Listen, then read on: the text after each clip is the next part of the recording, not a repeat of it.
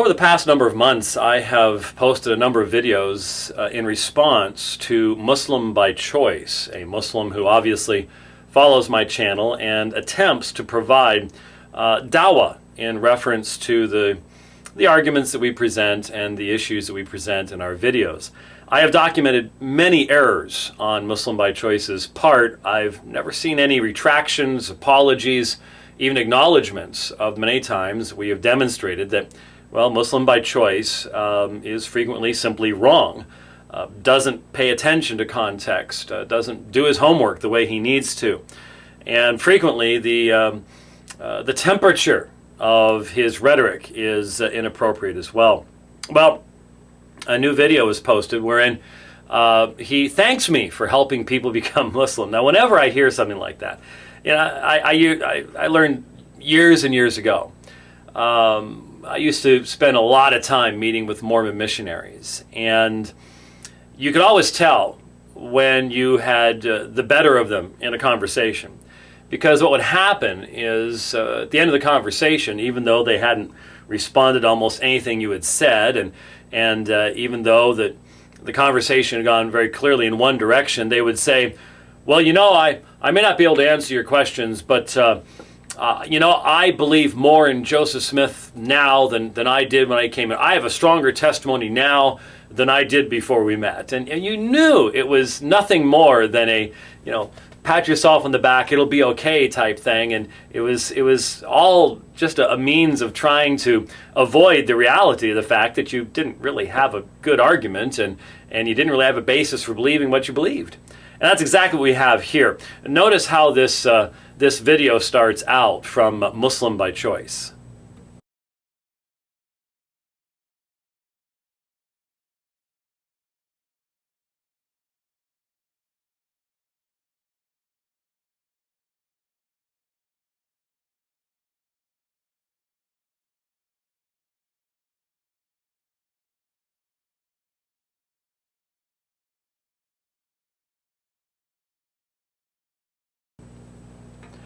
Now, the YouTube title that was given by Muslim by Choice to this video was James White's Futility and Inconsistency. Well, let's see if Muslim by Choice has been able to identify inconsistency in my argumentation, or, once again, has Muslim by Choice demonstrated that many Muslims are not even willing to expend the intellectual energy to understand what is being said in response to their religious beliefs. Because unfortunately, that's exactly what we have here. After this little introduction, we had a few moments of my presentation, a part of my presentation, from my debate with Shabir Ali at the mosque in Toronto from last week. And it was the portion where I started off, and what I wanted to do was to draw a line.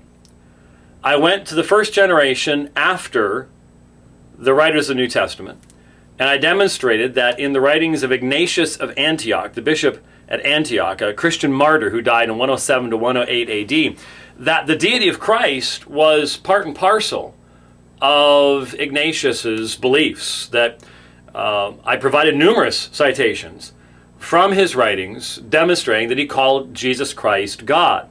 Now, interestingly enough, none of those citations had anything to do with biblical texts. They have nothing to do with textual criticism.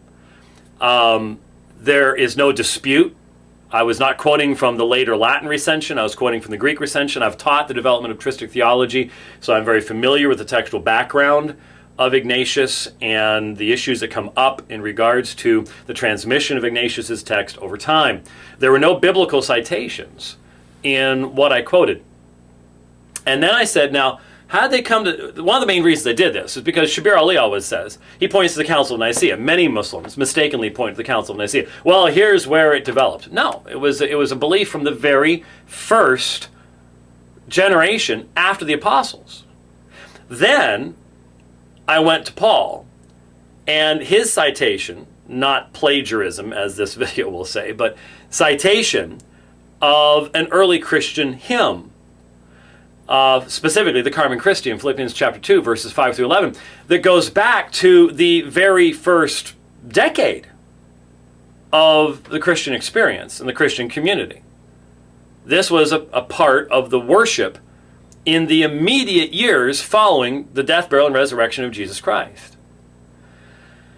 And so having drawn that line, and that's where the video stops, having drawn that line, I then said, how could the very first generation, the very first people in the Christian community, people who were alive at the same time the eyewitnesses, the events of Jesus' life were alive when the apostles were alive, how could they have come to this conclusion? Well, I argued that it was because they got it from Jesus. And then I demonstrated the various strands and layers of testimony found in Matthew, Mark, and Luke. I didn't even use John to make my case. But in Matthew, Mark, and Luke, demonstrating that Jesus himself claimed deity. Now, that line of argumentation, maybe it had never been used with Shabir Ali before. He didn't really interact with it. He gave his same old synoptic gospel presentation, snowball, look at the changes from Lord of the, master of the house to Lord, etc.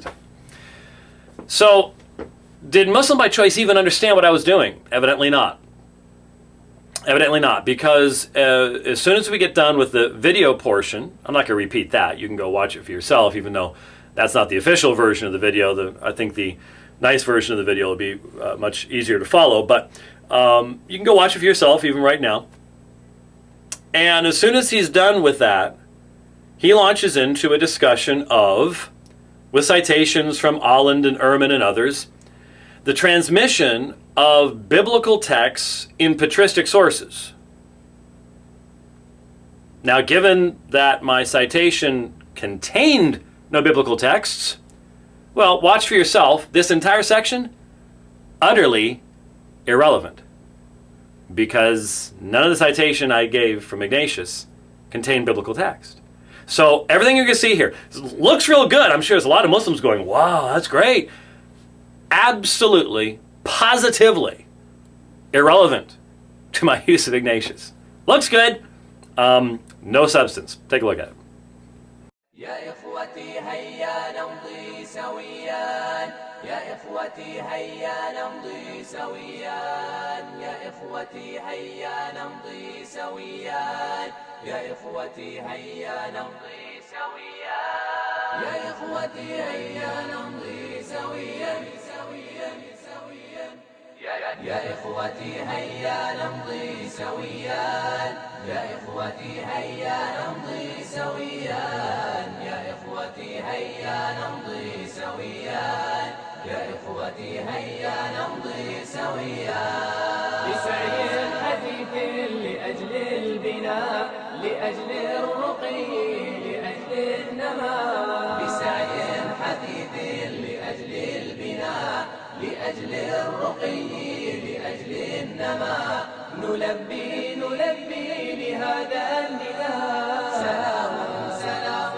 على الأوفياء سلام سلام على الأوفياء يا إخوتي هيا نمضي سويا يا إخوتي هيا نمضي سويا يا إخوتي هيا نمضي سويا يا إخوتي هيا نمضي سويا لنحيي الترابط بين الجميع بود وحب وخير نشيع بقول جميل وخلق رفيع نشيع التواصل بين الجميع لنحيي الترابط بين الجميع بود وحب وخير نشيع بقول جميل وخلق رفيع.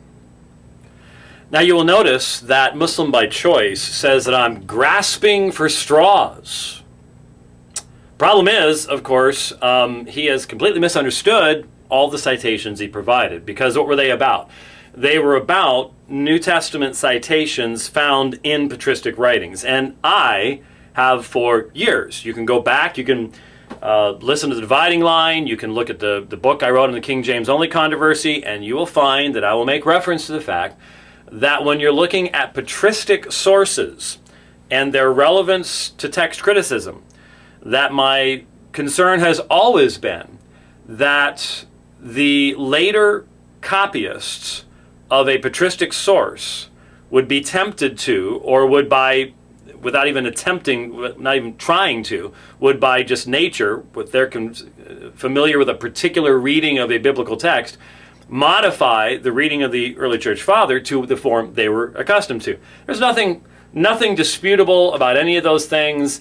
Everyone knows the primary utilization of patristic sources, at least in a valid way, in New Testament textual studies, is the determination of whether a text was or was not in a book, or maybe some grammatical things you can determine by the way it is translated, etc., etc.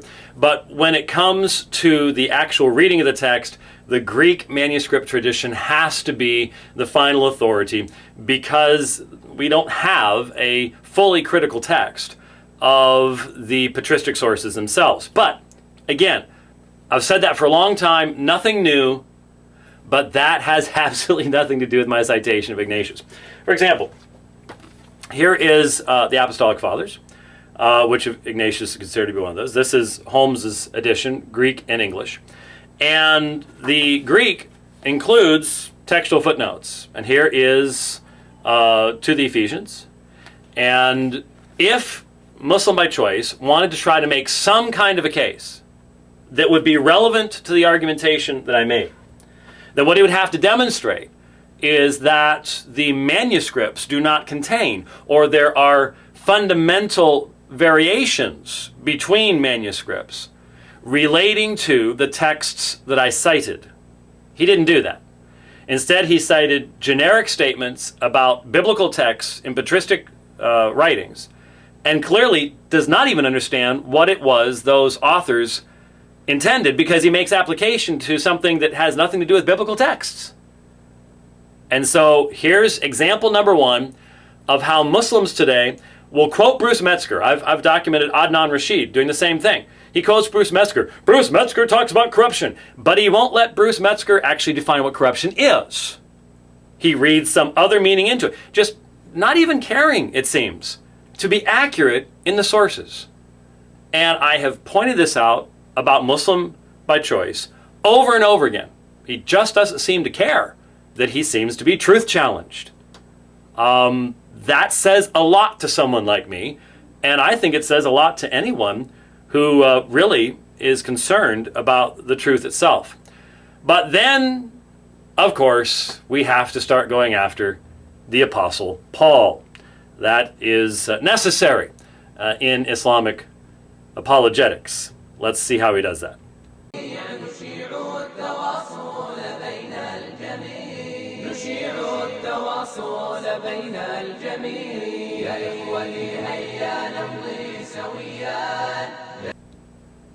Now, very briefly, it is inappropriate to say that the Apostle Paul plagiarized something. That would be like my quoting from a Christian hymn that is well known to Christians, saying, "Oh, you're plagiarizing."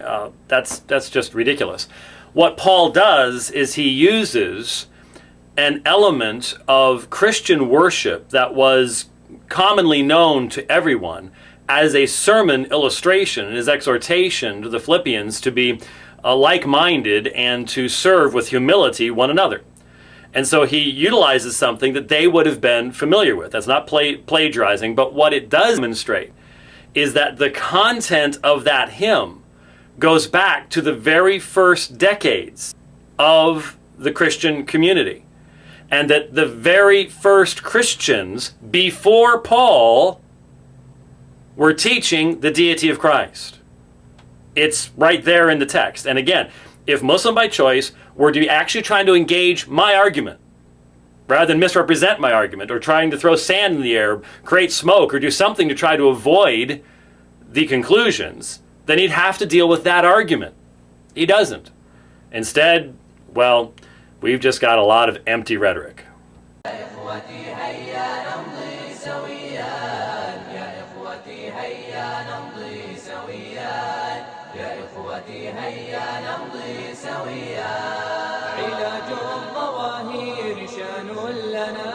نريد البناء نريد البناء علاج الظواهر شان لنا نريد البناء نريد البناء ونسلوك سبلا لذاك هنا نخفف دوما لكل عنا نخفف دوما لكل عناء. يا إخوتي هيا نمضي سويا، يا إخوتي هيا نمضي سويا، يا إخوتي.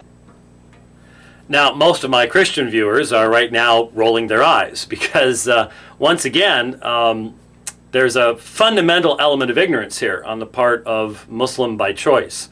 Galatians chapter 1 and the conflict that Paul has with the Judaizers there has nothing to do with the content of Philippians chapter 2.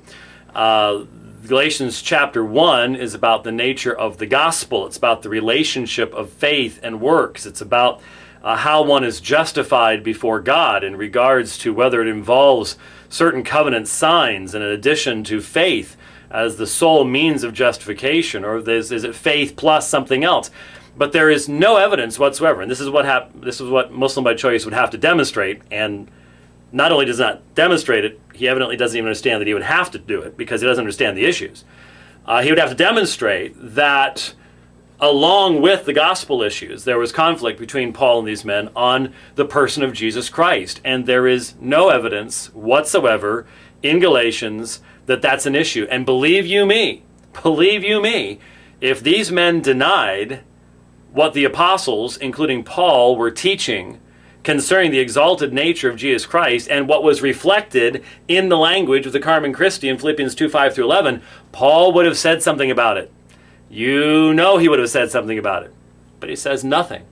And so you're taking one issue where there is disagreement with the Judaizers and thinking that has something to do with the teaching found in the Carmen Christi of the exalted nature of Christ as the Son of God and as deity. And there's no connection between them. Just as there was no connection in the citations that Muslim by choice provided before, here again, completely missing the target because of a complete misunderstanding of the subject matter itself and the material itself. That's what we have. And then, of course, if you're going to attack Paul, you might as well drag the Ebionites out if you're going to want to demonstrate that as a Muslim, you don't care about the consistency of your sources. You don't have to have consistent sources when you're a Muslim, evidently. I mean, I can count on one hand with many fingers down the number of Muslim apologists who give a second thought to the consistency of their sources. The Ebionites, people about whom we know almost nothing. Almost all the information we have comes from at earliest the 2nd century. And who, about the only thing we can really be certain of is they denied the one thing that Muslims and Christians actually agree on, the virgin birth. But we'll grab them because they denied the deity of Christ, and so therefore that's all there is to it. So here we go. Let's drag the Ebionites out and see if we can throw a little more sand in the air, a little bit more smoke to get around the fact that fundamentally we have no response to what you said in that debate, but we want to put something up because we feel like we must.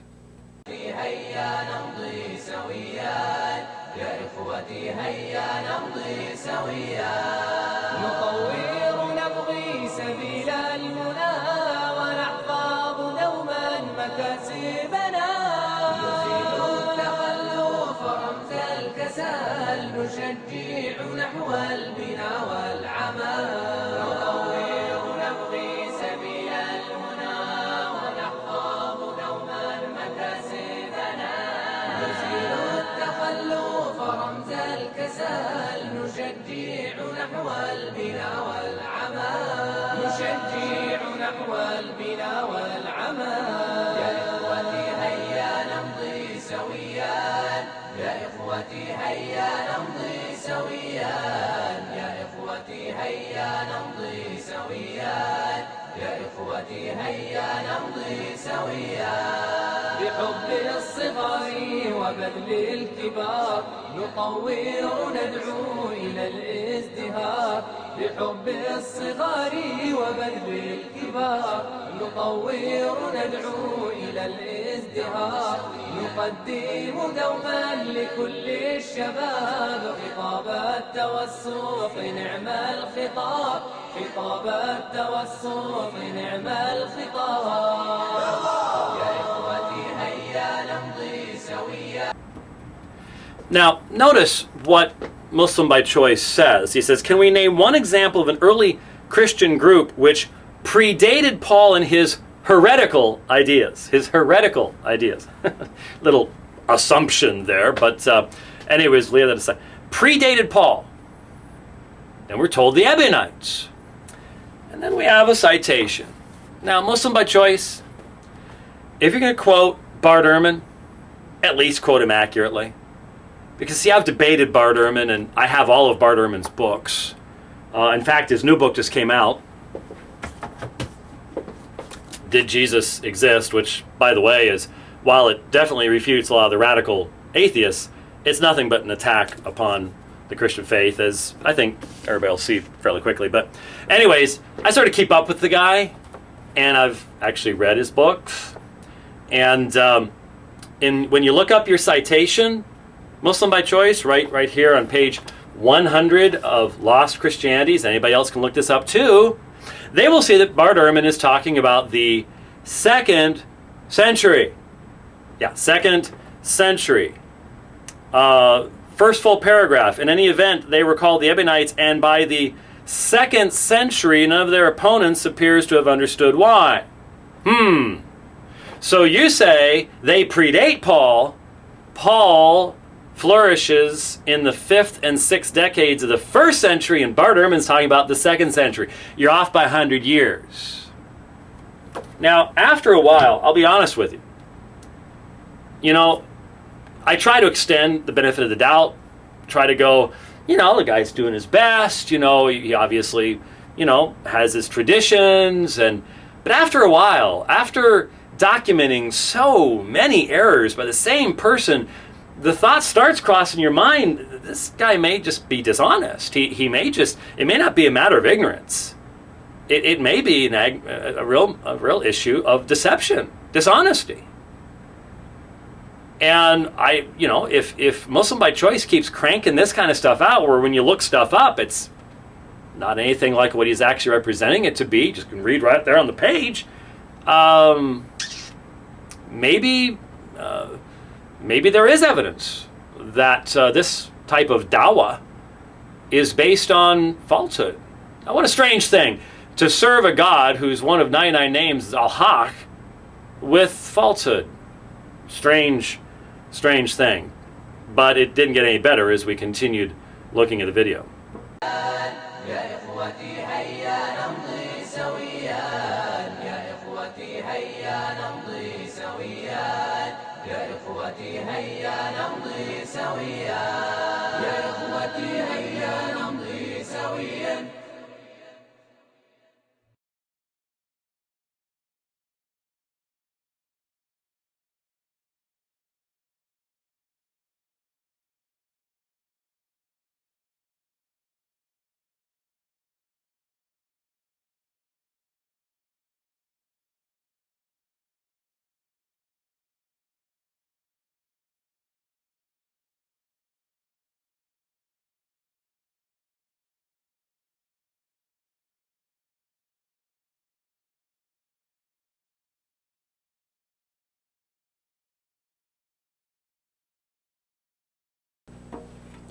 Now here we can really see just how either deceptive or utterly confused Muslim by Choice really is. He says, I referenced Paul's letter. Yes, I referenced the book of Philippians, chapter 2, which contains more primitive material than Paul, which goes to an even earlier point in the early church. Paul copies this from the early church, or in other words, Paul obviously refers to that which would be familiar to them, which of course is what anybody does. We know that the early church's texts are unreliable. No, we don't. And the citations that you gave did not prove that either. The citations that Muslim by Choice gave were about biblical text in patristic writings, and that goes over a large period of time and has nothing to do with the citations that I gave from Ignatius, and none of that has anything to do with Paul. And none of that has anything to do with Philippians. He's conflated them, confused them, doesn't clearly have any idea what the relationship between them is. We see that Paul's views are not agreeing with James. He didn't provide any evidence of that. And I have demonstrated very clearly that especially on the subject of the gospel, Paul's views are perfectly in line with James. And to say he's against Barnabas, you're thinking Barnabas didn't repent of his, and Peter didn't repent of his hypocrisy in regards to the gospel in Antioch? There's no evidence that they didn't. And besides, that topic in Galatians isn't the topic of Philippians 2. I mean, you could not make more fundamental errors. Just completely confusing subjects, completely confusing topics and categories. I mean, it is one of the worst videos I've ever seen. I mean, and it looks so good. See, I've got my references here. But it is so confused and so many things. And a vast amount of Jews and early Christians. Vast amount? Want to give us some substantiation of that? You think Ehrman was saying that? The guy who's talking about the 2nd century folks, that he wouldn't say were a vast number anyways? It's just sort of hard to even document how many mistakes, how many errors, how many category errors, how many crisscrossing and confusing things can you pack into one video in a very short period of time. It is amazing. You better save that video, because this might be one that comes down and disappears. But then again, maybe not.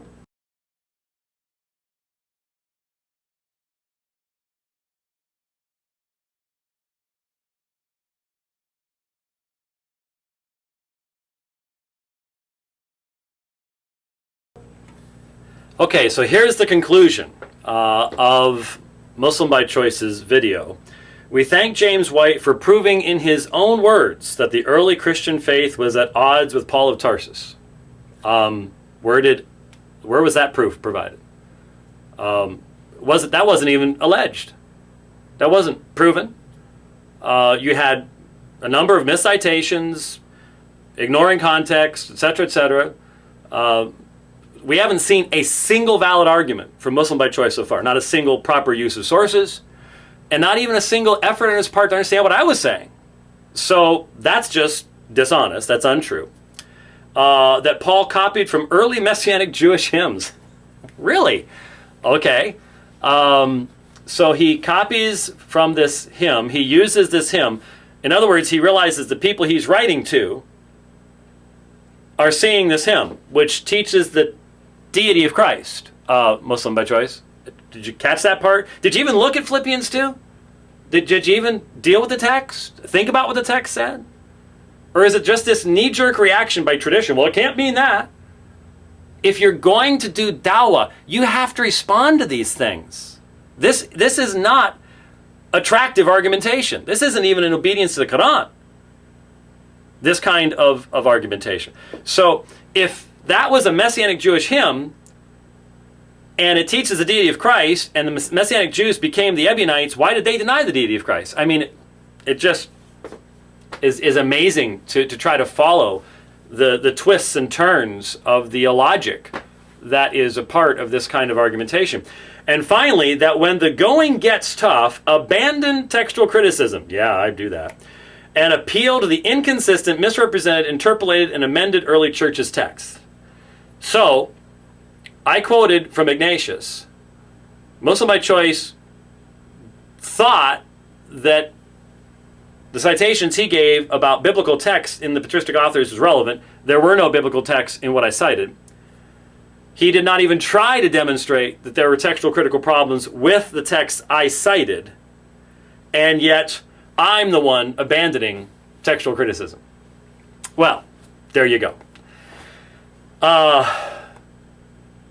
Why take the time to do something like this? Well, again, I tried to do this for educational reasons.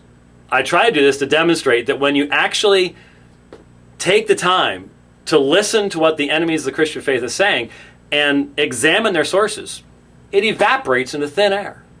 It may look good. It may, when it's just, no cross-examination, wow, well, look at those citations. But then someone else comes along and says, excuse me, but everything you quoted, utterly irrelevant. Here's why.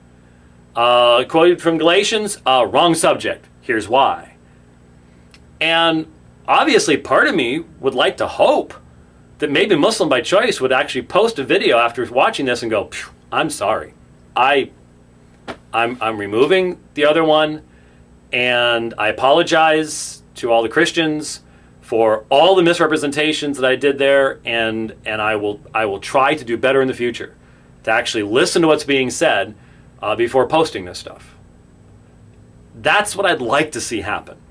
The chances of that happening are rather small, but I would like to hope that would happen. But even if it doesn't, for those who are truthful, the issues have been laid out, and the truth has been defended, and Muslim by Choice's video has been thoroughly, 100% refuted.